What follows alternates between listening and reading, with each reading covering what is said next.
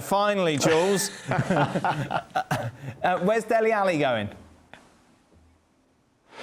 To Turkey. Not on holidays, although maybe he might see as a holiday destination, but he will go on loan to Besiktas with an option to buy. They can trigger the option in January, I'm being told, or at the end of the season, and depending on that, the price differ a little bit.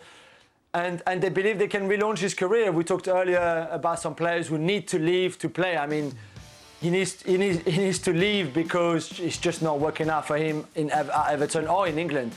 I mean, what happened to the Dele Alli that was so incredible, was it 4 years ago with Pochettino and Harry Kane at Spurs, and now hardly gets on the bench at Everton, and now we'll have to play in Turkey at Besiktas to try to resurrect his career, really. That's the only way to put it.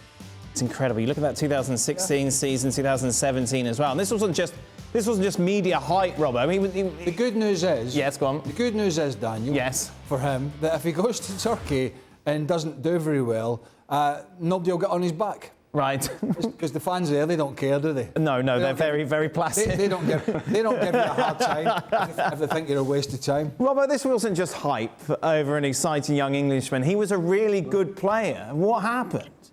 He was a good player at making runs into the box, and he finished well for a couple of seasons. You know, I never thought that he was a technically gifted player.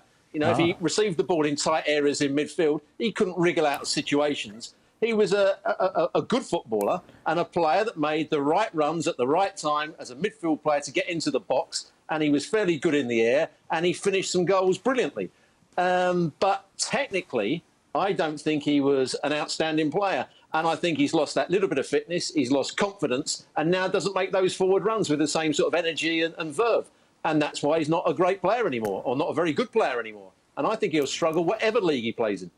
So it's understanding the facets of your game, because his game, as Robbo said, and I'm the same. I thought he was very, very good at it. Timing runs from a midfielder is something, for some it comes natural, but you work on it as a skill about getting in, timing a run when strikers make moves or whatever it is, and just taking centre-halves away and finishing. I hate to see the way that guy's career's gone. But look, I don't know, maybe it's injuries, maybe it's off-field stuff, maybe it's desire and training, all the things that we don't see day in, day out and don't know about. But when you're a goal-scoring midfielder and that just dries up, and managers think that it's dried up and believe that it's dried up and don't trust you anymore, that's a problem. And I don't understand why he's got away from this guy who didn't always have to be on the ball and playing passes, because that wasn't his strongest part of his game, but making those driving runs into the box. A lot of teams don't have those players anymore.